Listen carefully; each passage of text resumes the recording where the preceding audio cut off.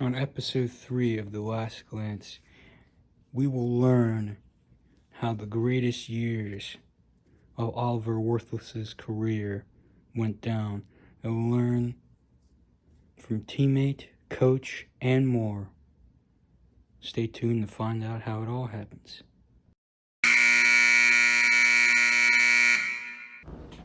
So Oliver, what made being on the Wizards so great? Well, I felt like I was a respected team. I felt like I was doing my job. I felt like I was doing what was right. And that was great. I liked feeling like I was a part of like something that mattered. And yeah, I mean, at the end of the day, being part of something that mattered is always great. Do you think there's any specific reason why you were a much better player on the Wizards? No, not really. Not that I can think of. I think I was. I mean, I was just better. That's all I know. All I know is I was better than I was before, but I don't know. I don't know why that is. Coaching was good. I could say it was that or something, but again, at the end of the day, I just don't know. I don't know what it was. I don't know why I was more successful. I just don't. Here's the eraser. He's guarded by Caldwell Pope. And the regular season approaching its conclusion, Clark. Some have suggested pushing back the regular season permanently.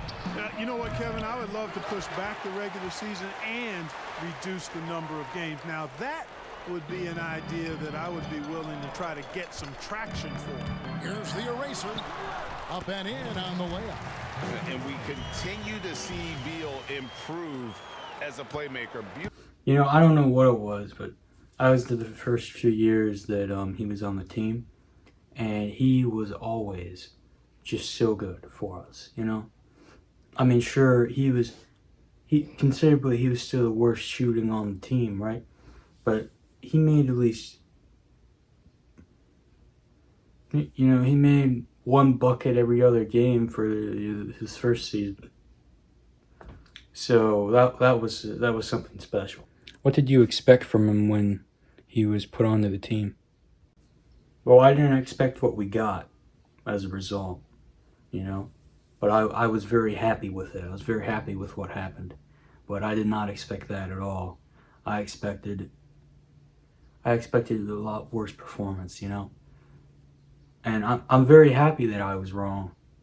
Because since I was wrong, I got to witness him doing something that nobody thought he was going to be able to do.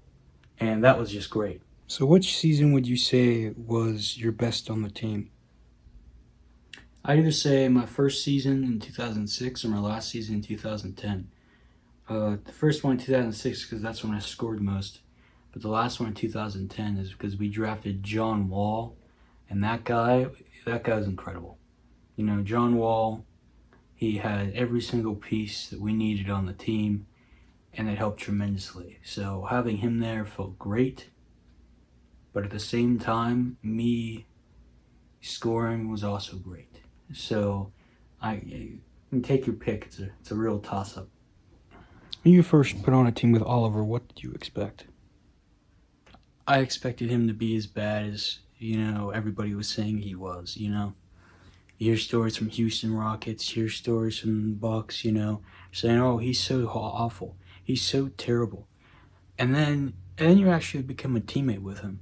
And you realize he's not really terrible. He's just, not good offensively. Defensively, he was great. That's something people don't understand.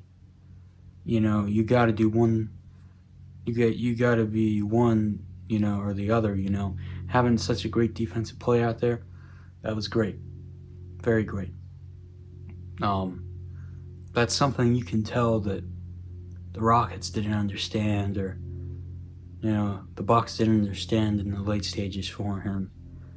Me and him did talk a little bit about that, but it's been a while, so I can't really remember a conversation about it. John Wall said the teams didn't really understand your defensive potential. Do you agree? I mean, of course I agree. I thought I thought I was pretty good defensively. I don't think I was a starting position kind of guy because of like my scoring ability. But I tried. I went out every time and I tried. And there's always been somebody along the way who didn't get that. Who didn't see that. And there is one man who understood that, and that's why he brought me to the Wizards. And he also was very interested in bringing me to the Bucks. At the time I was brought to the Bucks, he was their GM, and on the Wizards, he was the Wizards president of basketball operations. So it was very, very fitting that somebody like that would be able to bring me in and understand what needed to be done. So did that mean you and Ernie got along pretty well? Yeah, we did for sure. He was always there just in case, just in case they need just a little push. But Eddie was more the guy, pushing for the few years that me and him worked together. He was making sure I was doing this, that, and the other. And he was very good at that. He was very good making sure I was okay with everything, make sure I wasn't upset because I was missing, some shots.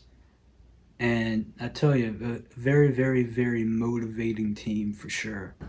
He was always a guy that knew respect.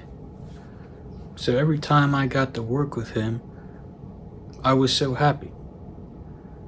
Because Oliver always respected the people that came before him, the people that came after him.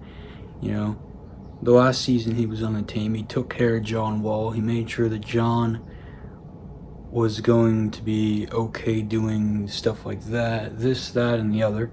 He helped him with media stuff. He helped him just feel comfortable.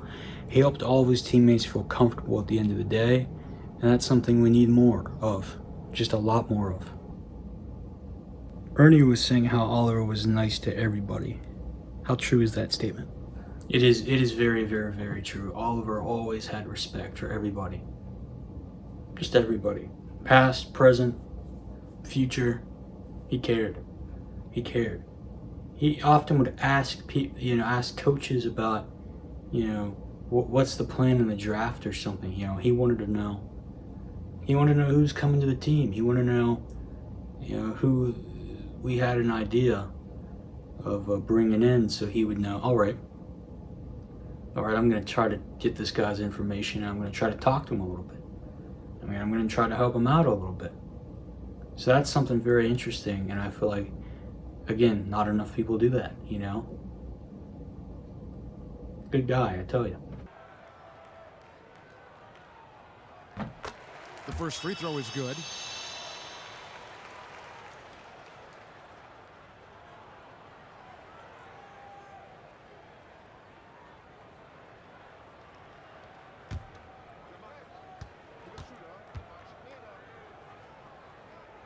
And so he makes both from the line.